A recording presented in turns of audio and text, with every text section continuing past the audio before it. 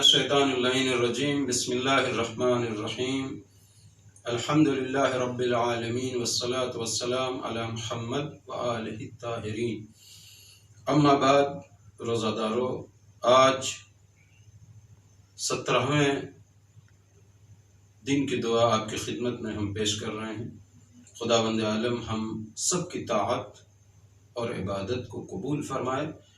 17ویں دن کی دعا کا متن اس طرح ہے، جملے اس طرح ہیں: اللہم اہدنی فیہ لصالح الاعمال واقض لی فیہ الحوائج والآمال یا من لا يحتاج الى التفسیر والسؤال یا عالما بما فی صدور العالمین صلی علی محمد وآلہ الطاہرین۔ یہ اس طریقے کے یہ اتنے جملے ہیں آج کی دعا میں، لیکن پہلا جملہ جس میں خداوند عالم سے دعا کی جا رہی ہے، اللہم اہدنی فیہ لصالح الاعمال، یا اللہ اے معبود صالح اعمال کی طرف اس ماہ مبارک میں تو ہمیں ہدایت فرما۔ عزیزو، ہدایت تو خداوند عالم اپنے تمام مخلوق کی کرتا ہے، وہ چاہے جیسے قرآن مجید میں ہے ھدی للناس، لوگوں کی ہدایت، پھر اس کے بعد مومنین کی ہدایت، پھر متقین کی ہدایت، ھدی للمتقین، سب کی ہدایت کرتا ہے۔ جو جس رتبے کا جس درجے کا ہوتا ہے خداوند عالم اسی حساب سے اس کی ہدایت کرتا ہے۔ لیکن اب ہدایت کو قبول کون لوگ کرتے ہیں اور ہدایت کو کون لوگ قبول نہیں کرتے؟ جیسے قرآن مجید میں ارشاد ہے انا ہدیناہ السبیل اما شاکرا و اما کفورا۔ جو لوگ ہدایت کو قبول کرتے ہیں وہ شاکر بندے بن جاتے ہیں، اور جو ہدایت کو قبول نہیں کرتے وہ ناشکرے بن جاتے ہیں۔ تو عزیزو، یہاں ایک مثال میں دے دوں تاکہ میرا جوان طبقہ بھی سمجھ جائے کہ جیسے دو اسٹوڈنٹس ہیں، کالج میں جاتے ہیں، اسکول میں جاتے ہیں، ایک ٹیچر کی فرما برداری کرتا ہے، ایک ٹیچر کے حکم کو مانتا ہے، ٹیچر کی نصیحتوں کو مانتا ہے، اور اس کے بعد تمام ہوم ورکس کر کے لاتا ہے، تمام جو لیسنس پڑھاتا ہے ٹیچر اس کو پڑھ کے آتا ہے اور اس کے بعد سناتا ہے۔ اور ایک شاگرد، ایک اسٹوڈنٹ ایسا ہے کہ جو کوئی کام نہیں کرتا بلکہ بستے کو اپنے پھینکتا ہے، کاپی کو پھاڑتا ہے، کتابوں کو ٹکڑے ٹکڑے کر دیتا ہے۔ تو استاد کی کمی نہیں ہوئی بلکہ اسٹوڈنٹس کی کمی ہوئی۔ اسی طریقے سے خداوند عالم ہدایت سب کی کرتا ہے، جو ہدایت قبول کر لیتا ہے وہ آگے بڑھ جاتا ہے، وہ خدا کا مقرب بندہ بن جاتا ہے۔ یہاں لیکن ہدایت کے بارے میں یہ ہے کہ صالح اعمال کی ہدایت فرما۔ اس ماہ مبارک میں صالح اعمال کسے کہتے ہیں؟ کہتے ہیں صالح اعمال وہ ہے کہ جس کی تعریف علماء لغت نے اس طرح کیا ہے کہ جو خداوند عالم کی بارگاہ میں قبولیت کی صلاحیت رکھتے ہوں، اسے اعمال صالح کہتے ہیں، جو خداوند عالم کی بارگاہ میں قبول ہو جائے۔ ایسے تو نیک اعمال سب کیا کرتے ہیں، لیکن صالح اعمال وہ ہے کہ جو خداوند عالم کی بارگاہ میں قبول ہو جائے۔ ایک واقعہ ملتا ہے کہ سید نعمت اللہ جزائری صاحب جو علامہ مجلسی صاحب کے شاگرد ہیں، وہ کہتے ہیں کہ ایک دن میں نے اپنے استاد محترم علامہ مجلسی کو خواب میں دیکھا، تو میں نے ان سے سوال کیا، استاد محترم آپ کا عالم برزخ میں کون سا عمل قبول ہوا کہ جس کی وجہ سے آپ شادمانی اور خوشحالی کی زندگی گزار رہے ہیں؟ تو علامہ مجلسی نے بتانا شروع کیا کہ ہم نے اتنی فقہی کتابیں لکھی، اتنی تاریخی کتابیں، اتنی حدیث و روایات، ہم نے کیا کیا کیا، لیکن خداوند عالم نے ہمارے ایک کام کو اہمیت دی۔ وہ کام یہ تھا کہ ایک دن ہم اپنے بازار سے گزر رہے تھے تو دیکھا کہ ایک شخص کو کچھ لوگ پیٹ رہے ہیں۔ تو میں نے ان سے وجہ دریافت کیا کہ بھائی اس شخص کی غلطی کیا ہے کہ جس کی وجہ سے تم اسے پیٹ رہے ہو؟ ان لوگوں نے کہا کہ اس نے قرض لیا اور قرض ادا نہیں کیا، اور اب غربت کی حالت میں، مفلسی کی حالت میں ہے، تو اب یہ قرض ادا نہیں کر پائے گا۔ تو ہم چاہتے ہیں کہ قرض ادا تو نہیں کر پائے گا، تو لہٰذا اس قرض کا بدلہ ہم اس طریقے سے لیں۔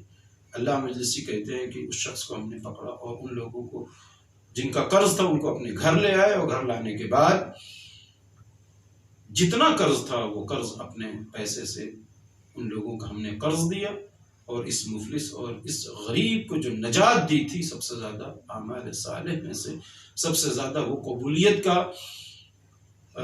مرکز بنا، اور خداوند عالم کی بارگاہ میں وہی قبول ہوا جس کی وجہ سے ہم اس وقت عالم برزخ میں شادمانی اور خوشحالی کی زندگی گزار رہے ہیں۔ تو عزیز و اعمال صالح اسے کہتے ہیں کہ جو صلاحیت رکھتا ہو درجہ قبولیت خدا بندی کی، جو عمل قبول ہو جائے اسے کہتے ہیں اعمال صالح. پہلا جملہ یہ. پھر اس کے بعد دوسرا جملہ ہے وَقْضِ لِي فِيهِ الْحَوَائِجَ وَالْآمَالِ، یا اللہ میری مرادوں کو، میری آرزوؤں کو پورا فرما. یقینی طور پر خداوند عالم لوگوں کی مرادوں کو پوری فرماتا ہے، لوگوں کی آرزوؤں کو پوری فرماتا ہے، لیکن وہ اپنے بندے کے لیے دیکھتا ہے کہ اس بندے کی کس آرزو کو ہم پورا کریں تو اس کی بھلائی ہے، کس تمنا کو پوری کریں تو اس کی بھلائی ہے. اس کی بھلائی کو خداوند عالم مد نظر دیکھتا ہے. اسی وجہ سے قرآن مجید میں یہ آیت ہے عسیٰ ان تکرہوا شیئا وہو خیر لکم وعسیٰ ان تحبوا شیئا وہو شر لکم. بعض چیزیں جس کو تم چاہتے ہو وہ تمہارے لیے بہتر نہیں، اور بعض چیزیں کہ جس سے تم کراہیت کرتے ہو وہ تمہارے لیے بہتر ہے. تو خداوند عالم ہر اس دعا کو قبول کرتا ہے جو بندے کے لیے ایک وہ چیز مفید ہوتی ہے. پھر اس کے بعد اگلا جملہ ہے یا من لا یحتاج الی التفسیر والسؤال، اے وہ ذات کی جو محتاج نہیں ہے تفسیر کرنے کی اور سوال کرنے کی. اب یہاں یہ بات آتی ہے تو پھر کیوں جب دعا کرنے کے لیے پھر کیوں کہا گیا ہے کہ جب وہ تفسیر وہ دلوں کی باتوں کو جانتا ہے تو کیوں کہا گیا دعا کرنے کے لیے؟ تو کہا دعا کرنے کے لیے اس لیے کہا گیا کہ خداوند عالم چاہتا ہے کہ ہماری بارگاہ میں آئیں. دوسرا سبب لوگ بیان کرتے ہیں کہ جس طریقے سے ہم کوئی کام انجام دیتے ہیں تو اس کام کو انجام دینے میں کوئی سبب ہوتا ہے، اسی لیے کسی چیز کو قبول کرنے کے لیے خداوند عالم کی بارگاہ میں دعا سبب بنتی ہے. اس وجہ سے کہا گیا ہے کہ دعا کرو، ورنہ وہ قول کہ پالنے والے جناب سید سجاد علیہ السلام نے فرمایا کہ پالنے والے تیری قضاء و قدر سے ہم کو گریز نہیں، لیکن تو نے حکم فرمایا ہے ادعونی استجب لکم، تم دعا کرو ہم تمہاری دعا قبول کریں گے. تو نے حکم فرمایا ہے لہٰذا ہم تیری بارگاہ میں دعا کرتے ہیں. تو عزیزو یقینی طور پر لا یحتاج الی التفسیر والسؤال، وہ تفسیر اور سوال کا محتاج نہیں ہے. اس کے بارے میں جناب ابراہیم کا واقعہ ملتا ہے کہ جناب ابراہیم کو جب منجنیق میں رکھا گیا، یہ تو معلوم ہے آپ کو کہ نمرود نے 40 دن تک ہیزم یعنی آگ اور لکڑی کو جمع کیا، اور اس کے بعد ایندھن کو جمع کرنے کے بعد 40ویں دن جو آگ روشن کیا اور منجنیق میں جناب ابراہیم کو رکھا گیا اور چاہا گیا کہ آگ میں ڈال دیا جائے. اسی وقت جناب جبریل خداوند عالم سے کہتے ہیں پالنے والے روئے زمین پر تیرا ایک چاہنے والا ہے اور نمرود اسے جلانا چاہتا ہے. خداوند عالم نے کہا اے جبریل جاؤ. جناب جبریل جناب ابراہیم کے پاس پہنچے اور جیسے ہی پہنچے کہا کیا کوئی سوال ہے، کوئی مدد ہے، کوئی تعاون چاہیے؟ جناب ابراہیم نے کہا نہیں، میری حالت کو خداوند عالم بہتر جانتا ہے اور وہی میرے لیے کافی ہے کہ میں اس سے سوال کروں، میرے دلوں کی باتوں کو جانتا ہے. تو عزیزان گرامی یا تو ابراہیم جیسا دل بناؤ. ابراہیم کا دل ان کی زبان بن گیا تھا کہ جو ان کا دل بیان کر کے کہہ رہا تھا کہ خداوند عالم میری حالت کو جانتا ہے، اس سے سوال کرنے کی ضرورت نہیں ہے.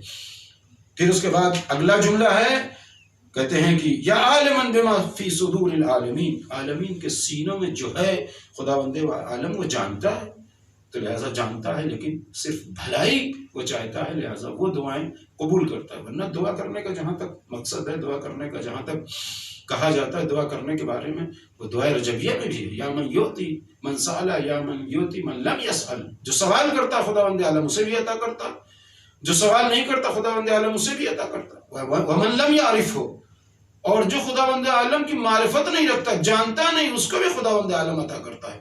تو لہٰذا کل ملا کے بہتری جب ہوگی تو خداوند عالم آپ کی اسی دعا کو قبول کرے گا جس میں بہتری ہوگی.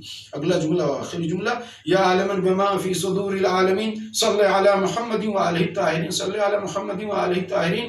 یہ جملہ اس لیے ہے کہ روایتوں میں ہے کہ جب بھی آپ کسی دعا کو کرنا چاہیں، کوئی دعا کریں خداوند عالم کی بارگاہ میں، تو ضرور محمد اور آل محمد پر صلوات پڑھیں. والسلام علیکم ورحمۃ اللہ وبرکاتہ.